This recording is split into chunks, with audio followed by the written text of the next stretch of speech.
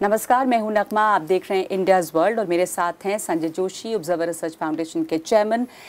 ये जो पिछले 2 हफ्ते गुजरे हैं भारत के लिए, वो बहुत व्यस्त रहे हैं, सियासी तौर पे भी, सामरिक तौर पर भी। विदेश नीति की बात करें तो, आतंक से भारत की लड़ाई की बात करें तो हमने देखा भारत ने सीमा पार कर बालाकोट में आतंक के खिलाफ एक लड़ाई लड़ी।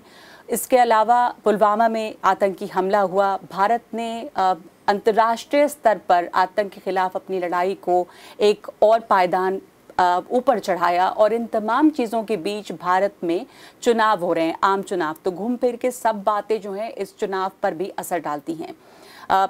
इस पूरी लड़ाई में संजय, हमने देखा कि अमेरिका जाहिर तौर पे भारत के बड़ा साथ खड़ा नजर आया आतंक के खिलाफ जो भारत लड़ाई लड़ रहा है। पुलवामा के बाद बालाकोट और उसमें मसूद अजहर के खिलाफ कार्रवाई करना हो या इस इलाके में शांति बनाए रखनी हो, सब में अमेरिका भारत के साथ खड़ा नजर आया। इस बीच हमारे विदेश सचिव गोखले साहब वहाँ पर गए, वो विदेश मंत्री पोम्पियो से मिले, तो प्रोटोकॉल तोड़कर ये भी विदेश सचिव विदेश मंत्री से पहले भी मिले हैं, इस दफ़ा भी मुलाकात हुई और बार बार ये कहा गया कि हम भारत के साथ खड़े हैं, इस क्षेत्र में शांति बनी रहे। क्या अमेरिका के रुख में आपको लगता है कि कुछ और बदलाव आया है और ज़्यादा मजबूती से भारत और अमेरिका के रिश्ते सामरिक तौर पे और उभर कर आए हैं, या आप कैसे देखते हैं इसको? गौरतलब है कि अमेरिका अकेला देश था जिसने सबसे पहले पुलवामा में हुए हमले की भर्त्सना की थी और ज़ोरदार शब्दों में कहा था कि पाकिस्तान इस प्रकार के हमले रोके जी। पाकिस्तान किसी भी प्रकार के आतंकवाद को बढ़ावा नहीं दे। और जैसा आपने देखा, गोखले जी भी अमेरिका गए और भारत को पूरा सपोर्ट मिला है, जो भारत ने कहा है कि हम टेररिज्म के खिलाफ हैं जी। तो अमेरिका एक तरफ से तो भारत को सपोर्ट कर रहा है इस पूरे मुद्दे पर दूसरी तरफ अगर आप देखें तो अमेरिका के लिए इस वक्त बहुत महत्वपूर्ण मुद्दा एक दूसरा चल रहा है, वह है अफ़गानिस्तान में शांति प्रक्रिया। और अफ़गानिस्तान से जो अमेरिकी सेना को हटाने की कयावत चल रही है, जिसमें पाकिस्तान बिल्कुल बीच में चौधरी बन के बैठा हुआ है और सबकी बात वो तालिबान से करवाने में लगा हुआ है। कतार में बैठकें करवा रहा है, मॉस्को में भी जब बैठकें होती हैं चीन रूस, तो पाकिस्तान उसमें बहुत अहम भूमिका निभाता है। तो एक तरीके से हालांकि भारत के को जो आतंकवाद के मुद्दे पर सपोर्ट ज़रूर मिल रहा है इस सब में, लेकिन जो पहली प्रायोरिटी इस वक्त लगती है पश्चिमी देशों की, वो इस वक्त अफ़गानिस्तान है कि जैसे भी हो, जो ये उपमहाद्वीप का जो झगड़ा है भारत और पाकिस्तान के बीच में, उसकी वजह से कहीं ना कहीं अफ़गानिस्तान के में जो शांति प्रक्रिया में लोग मशगूल हैं इस वक्त, उसमें कहीं बाधा ना आ जाए। तो इसका उपयोग एक तरह से पाकिस्तान भी कर रहा है जी। और इसका उपयोग करके भारत को शांत करने का प्रयास भी किया जा रहा है।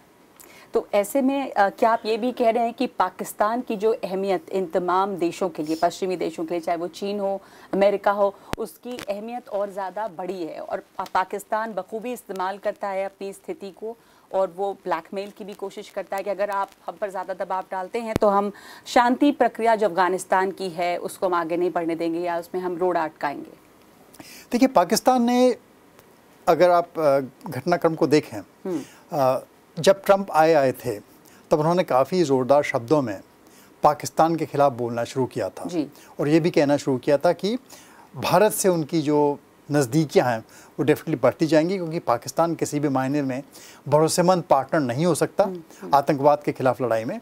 ये ट्रंप का मानना था। लेकिन जैसे जैसे समय बीतता गया और प्रायोरिटीज़ थोड़ी चेंज हुई हैं, और अब जो इस वक्त प्रायोरिटी आ गई है वो ये है कि अफ़गानिस्तान में शांति की प्रक्रिया कैसे लाई जाए और अमेरिका कैसे पीछे हट करके अपने ट्रूप्स वहाँ से वापस खींच ले।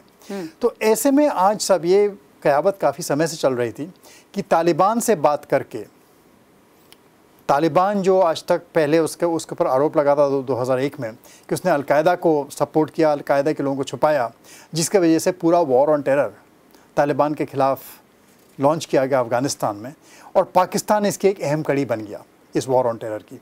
और पाकिस्तान इसको करते करते एक बड़ा दोगला खेल खेलता था। एक तरफ हमले भी करता था, तालिबान को रोकता भी था, दूसरी तरफ तालिबान को बढ़ावा भी देता था, क्योंकि तालिबान एक बहुत बड़ा अंग बन गया था।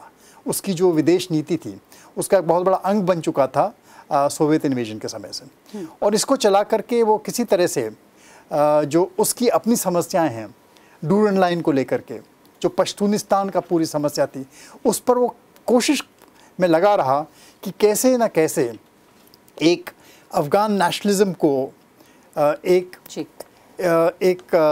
इस्लामी अमली जामा पहना करके इसका जो मुद्दा है डूरन लाइन को समाप्त कर किसी तरह से कर दिया जाए और एक नए तरीके के तालिबान आतंकवाद को जन्म दिया जाए। तो इसमें वो काफ़ी समय से लगा हुआ था, इसके लिए एक बहुत बड़ी स्ट्रैटेजी उसने खेली थी।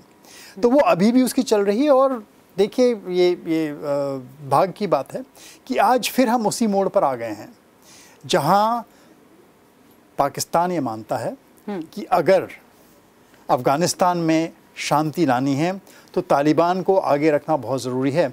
और उसने लगता है पूरी दुनिया को कन्विंस कर लिया है कि तालिबान जिसके खिलाफ अमेरिका खड़ा हुआ था, लड़ाई पे लड़ रहा था, 2001 में वॉर ऑन टेरर किया था, उसके साथ अमेरिका आज खड़ा है और बात कर रहा है। और ना सिर्फ अमेरिका बात कर रहा है, उसके साथ बाकी देश भी बात कर रहे हैं।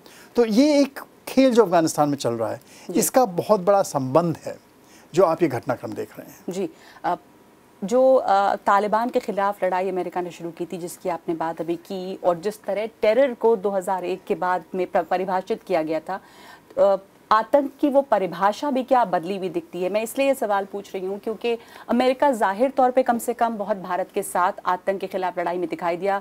मसूद अजहर जो कि JM का मुखिया है, जिसने ये हमला किया पुलवामा में, उसको लेकर अमेरिका का बहुत क्लियर स्टैंड रहा कि इसके खिलाफ कार्रवाई होनी चाहिए, ग्लोबल आतंकवादी घोषित होना चाहिए। इसमें आपने फ्रांस ने साथ दिया, UK ने साथ दिया, ऑस्ट्रेलिया ने साथ दिया, ये तमाम बातें। पर जो फॉरेन प्रेस, खास करके अमेरिकी प्रेस रही, जैसे न्यूयॉर्क टाइम्स, उसका रुख इससे बिल्कुल उलट दिखाई दिया। वो लाइन नहीं थी जो जाहिर तौर पर अमेरिकी सरकार की लाइन थी। वो यहाँ पे सुसाइड हमले जो हुए उसको एक बॉम्बिंग कह रहा था। ये तो वही बात हुई कि आप वहाँ अमेरिका में जो हमला हुआ था उसको प्लेन क्रैश कह दें। तो ये रवैया प्रेस का ऐसा क्यों नज़र आया? आपकी क्या समझ इस पर? आतंकवाद की परिभाषा को लेकर के हमेशा, चाहे वो यूनाइटेड नेशंस रहा हो, चाहे अमेरिका रहा हो, हमेशा मतभेद रहा है। हमेशा कहा गया है हमारा आतंकवादी, आपका आतंकवादी। कुछ आतंकवादी को एक जना सपोर्ट करता है, दूसरे आतंकवादियों का उपयोग अमेरिका ने रूस के खिलाफ किया। इसके अलावा इनका उपयोग कई जगह और देशों ने एक दूसरे के खिलाफ किया हुआ है। तो ये जो सियासत का खेल चल रहा है आतंकवाद को लेकर के, यह अभी समाप्त नहीं हुआ है। और भारत के लिए वाकई में चिंता का विषय है, क्योंकि भारत शुरू से कहता आ रहा है कि अच्छा तालिबान, बुरा तालिबान कोई चीज़ नहीं होती है। हमारी लड़ाई आतंकवाद से है और आतंकवाद दहशत है। आतंकवाद रास्ता नहीं है किसी भी प्रकार के पॉलिटिकल सोल्यूशन का, चाहे वो कोई भी करे। उसका ना धर्म से मतलब है, ना जाति से मतलब है, ना देश से मतलब है। आतंकवाद एक मेथड है अपनी बात कहलाने का, करवाने का। उससे हम लोग सहमत नहीं हैं। वो किसी भी रूप में आएगी, हम उसका विरोध करेंगे। तो आज ये कहना, क्योंकि आईसिल ज़्यादा बड़ी समस्या हो गई थी, इसलिए तालिबान तो अब ठीक है, अच्छा है, हम उसके साथ बैठ कर के बात कर सकते हैं। भारत को शुरू से उससे आपत्ति रही है। और भारत के लिए वाकई में अगर तालिबान बढ़ता है अफ़गानिस्तान में, तो भारत के लिए आगे चल करके न सिर्फ अफ़गानिस्तान में बल्कि हिंदुस्तान में भी, कश्मीर में भी समस्या आना लाजमी है। वो समस्याएं उसके लिए आएंगी। तो भारत को तैयार रहना चाहिए इस पूरे जो सिलसिला चल रहा है कि वो कैसे अपने हितों की रक्षा करे। जी, और ये चूँकि भारत में चुनाव का भी मौसम है, ये जितनी भी घटनाक्रम रहा उसका असर चुनाव पर भी पड़ता है।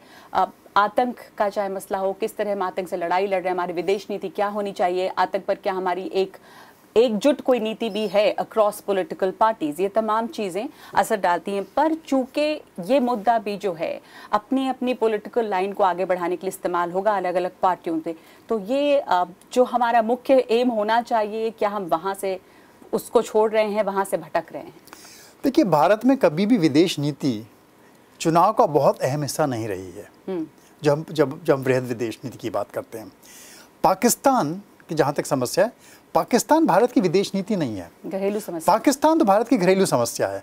वो तो पार्टीशन से समस्या चली आ रही है और वो भारत का घरेलू नीति का एक हिस्सा है। तो पाकिस्तान ज़रूर हमारी चुनाव की जो शोरगुल चलता है उसमें एक अहम मुद्दा बन सकता है, लेकिन ये विदेश नीति नहीं है। विदेश नीति अगर हमने वाकई में अपनानी है तो संभवतः चुनाव के बाद वो अपनाई जाएगी। उसके लिए हमें एक, जिस तरीके से मैं बात कर रहा हूँ, एक ज़्यादा वृहद समस्या है जो वॉर ऑन टेरर है, उसके कई दूर तक परिणाम हैं जो भारत के लिए और भारत के लिए, कश्मीर के लिए, भारत के अन्य इलाकों के लिए एक अहमियत रखते हैं।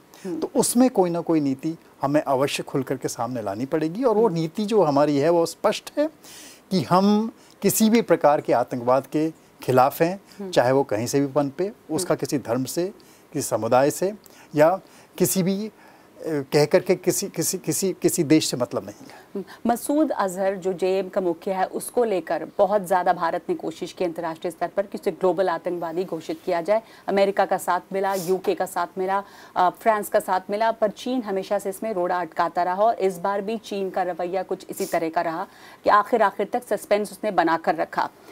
चीन की ऐसी क्या मजबूरी है कि वो अपने सदाबहार दोस्त को छोड़ नहीं सकता, या मसूद अजहर जो आतंकवादी है उसके खिलाफ वो हमेशा एक उसकी बचाव में खड़ा रहता है? तो ये प्यार क्यों चीन दिखाता रहा हमेशा? कि चीन तो पाकिस्तान का अपने प्रयोजनों के लिए उपयोग भी करता आ रहा है और पाकिस्तान चीन का उपयोग करता आ रहा है। उनका जो मुख्य ध्येय है वो किसी न किसी तरह से भारत को उपमहाद्वीप में रिस्ट्रिक्ट करके रखना है कि इसका जो भारत का जो वर्चस्व है उपमहाद्वीप से बाहर नहीं फैल पाए। जी। ये एक स्ट्रेटेजिक उनकी जो एक सोच है, एक सियासी सोच है, वो बहुत समय से चल रही है। तो उसमें जो ये क्लोजनेस है पाकिस्तान और चीन का, ये आपको देखने को मिल रहा है। अगर वो रोक लगाता है अजहर मसूद के ऊपर, तो कहीं ना कहीं उसके इसमें भी हित है कि पाकिस्तान का उपयोग कैसे किया जाए जी, ताकि भारत को जो है, पाकिस्तान जब तक एक रोड़ा बना रहता है, भारत का पूरा access West Asia, Iran, Afghanistan में कटा रहता है जी। तो भारत एक उपमहाद्वीपीय शक्ति ही बन के रह जाता है। ये सबसे अच्छा तरीका है भारत को कंट्रोल करने का। तो चीन का तो इसमें स्पष्ट हित है जी, जिसलिए वो इसमें रोक लगाता है। जी। भारत को आतंक के खिलाफ जो भारत लड़ाई लड़ रहा है उसमें कई देशों का साथ मिला, लेकिन तमाम देशों का अपना अपना हित भी है। इससे ये मैसेज साफ है कि भारत को या किसी भी देश को अपनी लड़ाई खुद लड़नी होगी और एक हद तक ही कहीं से साथ मिल सकता है। जी, इसमें हित कहीं एक होंगे, कहीं अनेक होंगे। तो जहाँ हित हमारे एक होंगे हमें सहारा लेना चाहिए, जहाँ हित अनेक होते हैं वहाँ हमें अपने हितों की रक्षा करते हुए स्पष्ट रूप से जो हमारे फेवर में है, अगर हमने कुछ लक्ष्मण रेखाएं खींची हैं तो उन पर हमें बरकरार रहना है। और जो हमारे ये एक टेरर के खिलाफ हमने जो जंग शुरू की है, उस जंग को लेकर के हम आगे बढ़ेंगे, अपने हितों की पूरी रक्षा करेंगे, उस पर भारत को कायम रहना चाहिए। संजय, इस पूरी बातचीत के लिए और समझाने के लिए कि भारत को अपने हितों की रक्षा कैसे करनी चाहिए, बहुत बहुत धन्यवाद।